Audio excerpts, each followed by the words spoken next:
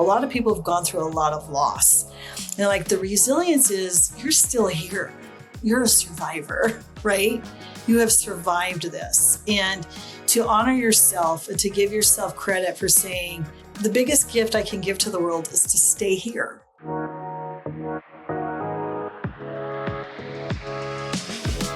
You're listening to the TJ Moore Podcast. Today's guest is Michelle Porcelli from American Fork, Utah. She's a TEDx speaker, workplace resilience expert, author, and founder of the Resilience Lady. Michelle helps organizations navigate change without losing their minds or each other. She's the creator of the Resilience Blueprint, which we'll get into, and the author of Who Ate My Chocolate?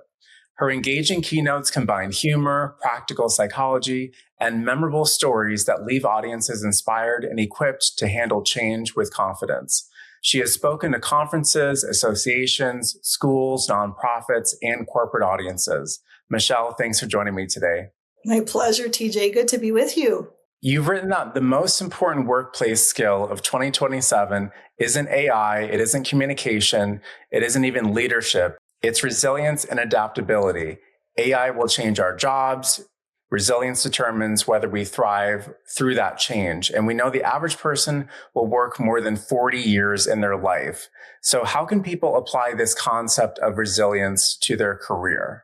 The concept of resilience for me has actually changed over time. I have taught resilience for over a decade to students, to adults, to corporations. And my old definition, which is still a great definition, but it was always like, think of a willow tree, like it bends in the wind, but it doesn't break, right? Anyone can fall down once and get back up, but it's what you do consistently, what you do today, tomorrow, next week, next month, next year, what you consistently do and you choose to do, getting up day after day, getting it back at it anytime you've had those setbacks, things like that. That's my new definition of resilience. It doesn't mean you're going fast, but it means you're going forward. It's the slope that matters, the slope of progress. So you have a framework called the Resilience Blueprint. Can you just walk us through what that is? So number one is like identifying your limiting beliefs. Number two is regulate yourself first. Number three is choosing contribution. And four is moving forward with confidence. I remember there was a time when I was student teaching, it was a place called Lehigh High School. I know that might be a funny name, but it was about a 30-minute drive from me from Provo. And I was just young. I was pregnant at the time, pretty vulnerable with all my emotions. And it was in the middle of winter in Utah. So picture that. And it was very foggy on the freeway, but I needed to get there. My only choice I had when you have fog, I think you know, you got to just step on the gas and go. You have to assume everyone else is going forward too. And so the resilience blueprint is basically saying, when in doubt, step on the gas. You go for it. You might fall down, get back up. Yep, sure. Go ahead and do that and learn from those lessons. But the first thing is getting into that mindset. Resilience is not just actions, which of course it is, but it's your mindset. It doesn't mean you don't ever take things out of your life, right, that aren't working for you, but your resilience saying, I've got this. Maybe this is a lesson I'm learning of what to allow in my life and what to not. So that's the first step, is kind of getting real with yourself. And if you don't get real with yourself, nothing else will work. It doesn't matter how many books you read, how many professional speakers talk to you, how many counseling sessions you have. It's not going to matter. You've got to get yourself straight in your head saying, you know what, I matter. I'm worth the effort. I've got this and nothing's going to stop me. So resilience means you're choosing in. You're choosing into life. You're choosing into relationships. You're stepping into your power and you are owning it. It doesn't mean you won't make mistakes. It doesn't mean everyone's going to love you and your personality or what you bring to the table, but it means you love you, right? And you know you have something to contribute. A lot of people I've worked with in the past where they have like depression or different things like that, a lot of it can be linked to they're wondering like, am I even noticed anymore? Am I relevant? Do I matter? Does anyone even care anymore? And sometimes they feel a little stuck. And so I think part of resilience, it doesn't mean you're never going to have mental health issues, but it means deep down you always know in your core that you are valued and wanted and needed in life. So many people are trying to figure out why are all these things happening to them in patterns or loops or routines where it's like, well, how does this only happen to me over and over and over through relationships, often, and opportunities, the way it shows up? And how I think of it is, okay, who is the common denominator with all of those experiences? It's you. Someone else has their own cycle of problems or habits that they're trying to work through, but it's specific to their common denominator. We sometimes think it's all the variables that are the reason we can't adapt, but usually it's because we're too stuck on not changing our own common denominator. TJ, that was so perfect. You get it. About 10 years ago, I was invited to go speak at a leadership conference in Guatemala, but it was for youth. In Guatemala, they only get to go to school until about the age of 12. And after that, they have to pay their own money to continue school. And so the group I was speaking at, they didn't have the money to pay for extra education. And so what a lot of like high school students in the US would do would be fundraisers. This is through a group called UDA Bands, YUDA, UDA Bands. I think it was meant to be like a UDA, like helping bands. And so they have the townspeople make these bracelets out of coconuts, and then we'd sell them in the high school. And then the money we'd make from the bracelets, we'd take to Guatemala. You couldn't mail the money, like, come on. We'd hand deliver it to the school principals. And I know it doesn't sound so fabulous, but we earned enough money to get 2 girls to school. I know that doesn't sound like a lot, but to us, it was a big deal. So we went down to deliver money for these 2 girls, and then we met all these other people around the country doing the same thing. So I think our group was maybe about 15 or 20 people. My job at the leadership conference was this. So I'd say maybe 30 kids were there out of all of us, that we're sponsoring. They were needing to be trained so they could qualify for job interviews. Like in Guatemala City, they have a big hotel there. And to work at the hotel, you need to be able to greet dignitaries from all over the world. So my job was to teach them how to shake somebody's hand. That was it.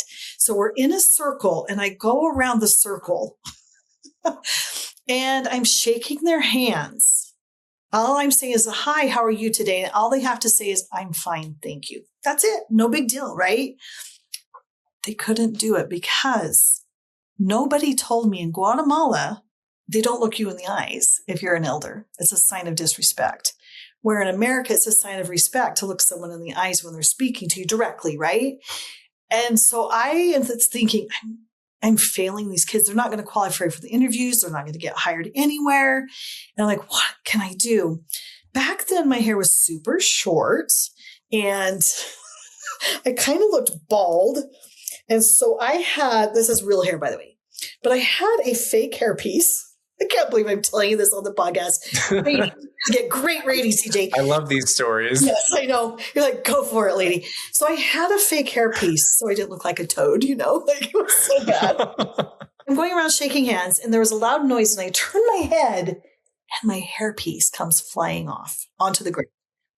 Now, Hilotepec was the name of the jungle town that we were at, and I don't think they'd ever seen fake hair in their life. Oh, yeah. That kind of freaked them out a little bit. Yes. I'm like, trauma, great. Now I've just traumatized them. And there was one kid, he thought it was like a puppy or something. I know, weird. But I had a Spanish translator. I speak Spanish un poquito, pero no bueno. So I kind of used the translators to say, that's not real hair. It's okay. We can laugh. We're all just humans here, right? Having this experience. And so it was just enough to break the tension in the room. And the kids start to giggle. But here's the miracle. Expect miracles, TJ. They start looking me in the eyes. And we can say, hi, how are you today? I'm fine, thank you. And they can complete the exercise to qualify for that interview. I came with my own biases. Why can't they do this? Why can't they just look me in the eyes? Well, they have their own cultural beliefs. They have their own way of doing things. I'm the one who needed to adjust. Does that make sense for that situation for them? I needed to let them know it's okay to look me in the eyes. It's not disrespectful. And I just learned a lot that sometimes we have assumptions about other people and what they bring to the table, and we have no idea. We only know what we bring to the table. What are some other concepts that you go to right away in your mind, whether they're visuals or analogies or other words, with resilience? Self-compassion, if that makes sense. Maybe giving yourself a break for not being perfect on everything. And I think once we have self-compassion, then you can have compassion for others as well. I was presenting to the Utah District Courts system with the probation officers and the clerks and things like that. And I said, I guarantee there's at least one person in this room who's probably lost a home, probably lost a loved one. Oh, everyone's, half the hands went up that they've lost a loved one before, or you've lost a job, or you've lost a relationship. A lot of people have gone through a lot of loss. And like the resilience is you're still here. You're a survivor, right? You have survived this. And to honor yourself and to give yourself credit for saying, I'm here. And the biggest gift I can give to the world is to stay here. We do meals for each other. We have gardens, and we're all the time contributing, saying, who wants the zucchini? Who wants it? We're training. Like, it is such a neat community and neighborhood that I live in. And I am older. It's a newer neighborhood. So there's a lot of young ones. And I love the energy they bring because they don't have the biases that I have, if that makes sense. Life hasn't gotten to them yet. Let's put it that way. They have more of an adaptable, malleable vision of the future. It's not as much predictive as people that have, they start predicting, oh, it's going to happen this way because that's how it happened. One of the analogies that I think of with resilience is those toys that are sort of that gel material that no matter how you play with it or stretch it or pull it, and then you put it back on the counter and it reforms back into its original cube or its original shape. They have their core identity, but when things happen like disappointment or setbacks or things that they have to bounce back from, that's why I think of it almost like an elastic idea, because all those other things, they can, cause a dent or a doubt or reshape how you were handling it, but it's not going to shape how you move forward with the essence of who you are, like your soul, your path, how you're going to actually take that setback and, what they call make it a set up for what you're about to do next. So I want to mention that you worked as a counselor in the schools for 16 years, and you still do this. And also you were a high school teacher for 7 years. So how did your skills develop from this now into speaking for all these different audiences? Mental health was just a really big deal. This was like around 2010, 2011. And anxiety and depression was at a peak, it seemed, which it still always seems at a peak. But it was just on my mind quite a bit. My son was one of the students at the school as well. And so I was really invested, in the student body. And so I wanted to create a workshop. Somebody had done one that's called Be the Change. I created something called Connect, and like Connection Day type of thing. So we took 125 students, and some of them were referred by teachers, some of them self-referred, but it was a whole day of activities we were going to do. Connection activities, eating lunch together, just making them feel like $1 million type of thing. We wanted them to know that they mattered and teach them some skills, right? Whether it was like breathing skills or stress management skills. And I wanted to hire a guest speaker. So I got Johnny Covey, which I guess was supposed to be the consolation prize. But Johnny Covey came and he did a raptor imitation. He did all these fun things for about 45 minutes of the whole 8-hour day with the kids. And he was just fun. The kids really loved Johnny. And I'm a big on data. And so we do like pre-assessment, post-assessment about the day. And I'm asking the kids time after time, it was Johnny Covey, Johnny Covey, Johnny Covey, till I got sick of it, of them saying his name. Like, that was your favorite part? I'm like, wow, it really made like an impact on them. Yes. And it came down to not did they just want to be entertained, but it was the connection that he had with them. They just wanted to feel good. Then I hired another guy named Jason Hewlett, and he's big time into the speaking world, all over the world, right? He's just done a lot. And he did a one-time only weekend where he would train speakers. And I jumped on board and haven't looked back since. And I wanted to mention that at the start of your TED Talk, you shared the statistic that 68% of teens sleep with their phone within arm's length under their pillow, on their side table, but somewhere they can actually reach it next to their bed. How can parents empower their kids or teenagers to feel safe to talk about their digital world, social media, how they connect with friends, all of that with their kids? One trick I've tried to do, again, not a perfect parent. I think we talked about this before, that I have 5 children and 3 grandkids, and they're the best people in the world. I've made sure the kids have always known my door is open no matter what. And yep, we might judge them for a quick minute, and then we'll be fine. We'll get over whatever it is they had to tell us. And love does conquer all. That we are tight, family first, always family first. And we are true to them, and we'll always be there for them, if that makes sense. And I think I've always told my kids, I've worked my tail off for you guys. So pony it up on the love and the visits. And then we try and have family dinners quite often. And we do have a rule at family dinner. All my kids are grown and out of the house now. Because we are on different spectrums when it comes to political beliefs, religious beliefs, all of that, we say no politics or religion at the dinner table unless we're being respectful.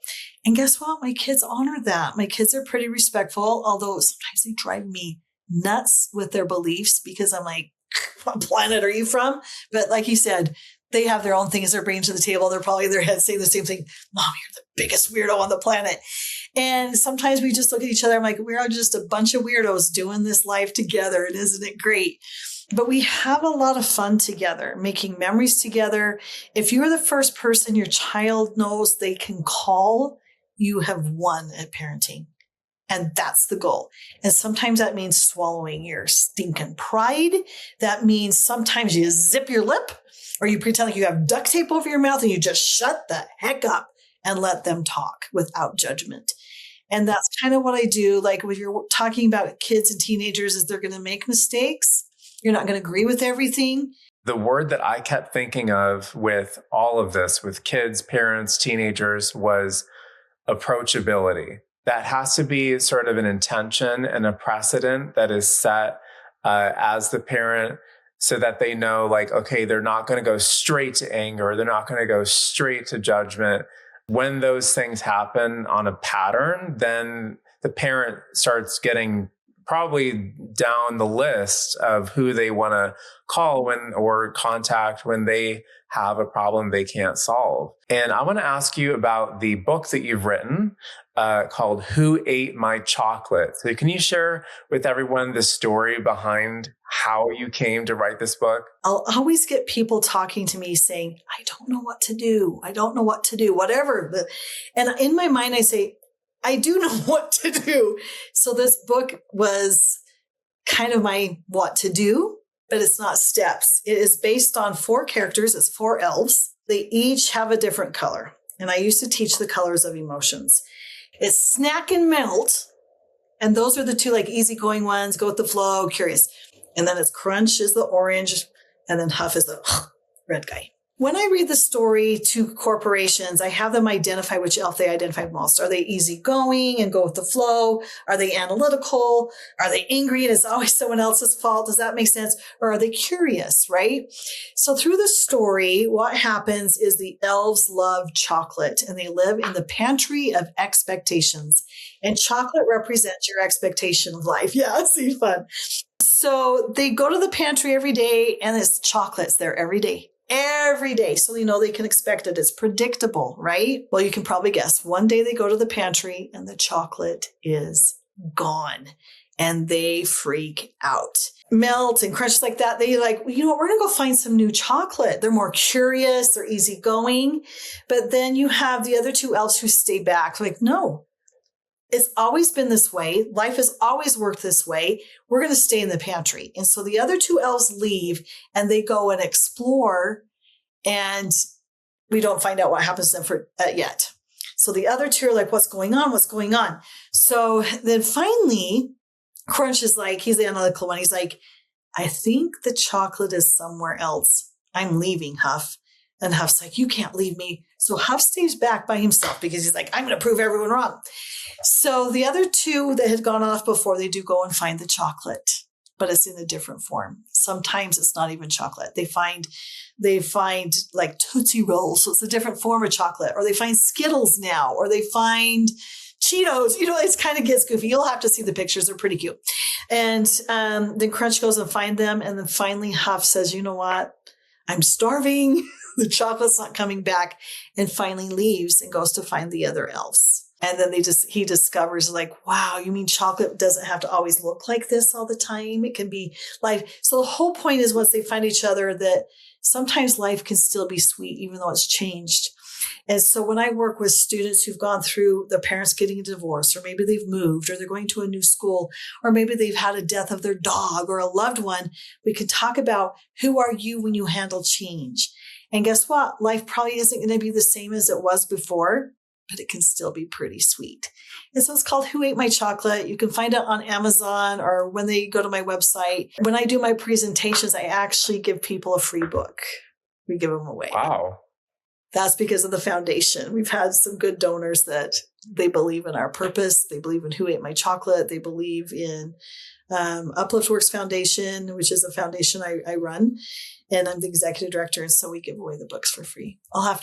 TJ, you'll have to give me your address later and I'll just mail you one. I would love that. Yes. So in the story, how do you see the metaphor of chocolate working in the story? So chocolate represents how life is supposed to go.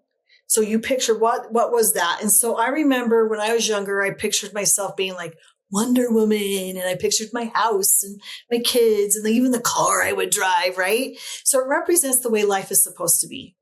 And so when someone eats your chocolate, it means something's changed. Plan A is not working. And so it's saying that's okay. You can go to plan B, C, D, or E, whatever, right? Plan A may not be the best anyway. Sometimes things in life are taking out of our path and out of our life, preparing us for something better. Because we don't know with our limited human eyes, right? And in hearts and minds and in our human nature, sometimes we force things to happen in life. I've always been that way. I've been more crunch. I'm a planner. I'm a doer. And this is how life's supposed to go. So when life doesn't go how I planned, I kind of melt. That's how I came up with the name like melt for anyway. It's sometimes unpaid overtime in companies. They call it the crunch time. I'm going to have to go back here like, yeah, we could relate all of that.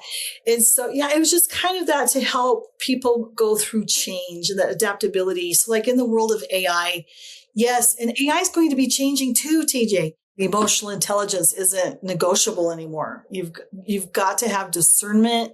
You've got to have those connections with people. And I think that's going to be the winning skills in the workplace in the future. It's not if you know how to work with AI. Well, that's not going to be that difficult. It's interesting that emotional intelligence, which is an entire umbrella of mental health that I speak on and a lot of my guests speak on, a lot of those topics, it used to be viewed as a soft skill, which is hilarious because I've worked in companies where it's sort of taken for granted that you know how to do the skill you were hired to do. But if you don't have emotional intelligence, empathy, intuition, resilience even would fall under all of this. If you don't have the awareness of how to work as a team and work with different personalities, those are the people that they're always looking to replace and not keep around. And they don't want to promote you. They don't want to give you more responsibility if you don't exhibit those emotional intelligence skills. Yes, I so agree. And you're like you said, that was seen as a soft skill, but no, I think it's a necessary skill. If it's not a skill you have, it's a skill you have to develop and step into. And this is why podcasts and videos and books exist. There's more self-help books than ever about all the different. My favorite one is still the Brené Brown book, Atlas of the Heart, because it defines a lot of these emotions that people hadn't put into words. They know how they feel, but they didn't know how to describe them so that when they're going through it or they see it, that they can identify what the emotion is, how to react to it, how it fits in with the other ones. And some of them come in stages, like we're aware with grief. There's different stages of grief, but many other emotions have all kinds of spectrums of stages that you progress through. I think it's not just when somebody's passed. I think we go through grief a lot, whether it's the loss of a job or you were moving, just any kind of change, right? Lastly, I want to ask about what is the Uplift Works Foundation? How did you get involved in this? We became official in October of 2025. And it's based on resiliency and creating resilient families. And it can also be resilient workplaces, resilient students, whatever, but it's all based on this concept of resilience. And so what we do is we created a resiliency kit, and we go around to different schools. We go to libraries. I work with sometimes victims of domestic violence, which is kind of crazy that I'm trying to teach them resilience, because I'll look at them in the audience and be like, you guys are so much more resilient than anything I'm going to teach you. But they love that connection and new ideas, because sometimes when you're in trauma mode, you can't think straight. And so someone needs to be resilient for you. We go, and then I give out the books of Who Ate My Chocolate. And that's when we read the story and we say, what in your life, when you say Who Ate My Chocolate, what does that mean for you? And then they can say, well, life's not like how I planned, or something like that. And so that's where Uplift Works Foundation comes in. So it's relating to my speaking, to the storybook, everything. So Uplift Works is just about promoting that emotional intelligence, being resilient in life, and what that looks like for you. It still comes back to that connection, that they're feeling seen and wanted and loved and heard. And if they take away one skill, whether it's regulate myself first, or where can I contribute, or something like that, then that's the win. Because they're not going to remember everything, in an hour presentation or 2-hour workshop. But if they can take one takeaway skill, then that's kind of the win. And they feel a little more capable of going home with something. So we give them kits and a book. The reason that I think about elasticity with the positive side of resilience is when you stretch a rubber band between your hand, let's say you have it here and you're going to pull it down, which is the pressure being exerted, the tension is being raised. Because it has that elasticity, it's going to launch out of your hand way farther than you were pulling it back. So that's why they call it sort of the set back is the set up. I love that. To be released forward into the future, where it can go a lot farther. But when you're getting pulled back, it doesn't feel like there's any possible way that you could go that far, because you're sort of just you're feeling victimized by the pressure and the tension of it being the setback. Oh, I love that metaphor and that visual too. That was just lovely. School starts in a few weeks. We're going to be shooting rubber bands at everybody. So we're going to end with going over some of the offers and services that Michelle does. She does keynote presentations, workshops for organizations, leadership and resilience training, team communication and change management programs. You do such a variety, and also family-focused resilience presentations. Megan Cloward at Business Solutions wrote this about you. Michelle gave our team the language and confidence to finally address issues we'd been avoiding for years. If listeners are interested in supporting resilience education for families, they can also learn more about Uplift Works Foundation at upliftworksfoundation.org. Michelle, is there anything else you want listeners to know about today? I just want them to know that they are worth it, that they've got this. Life is meant to just be beautiful. Yeah, you're going to have some clouds sometimes, but that resilience means that the clouds aren't permanent, that the sun does shine, and it will shine for you too. TJ, you've been lovely. Thank you so much. To hear more experts share their story, subscribe to the TJ Moore podcast on YouTube and follow this show on Spotify and Apple Podcasts to listen anywhere you go. Like and comment on this video if you found today's conversation valuable, and share this episode with someone in your life. I'll see you next week.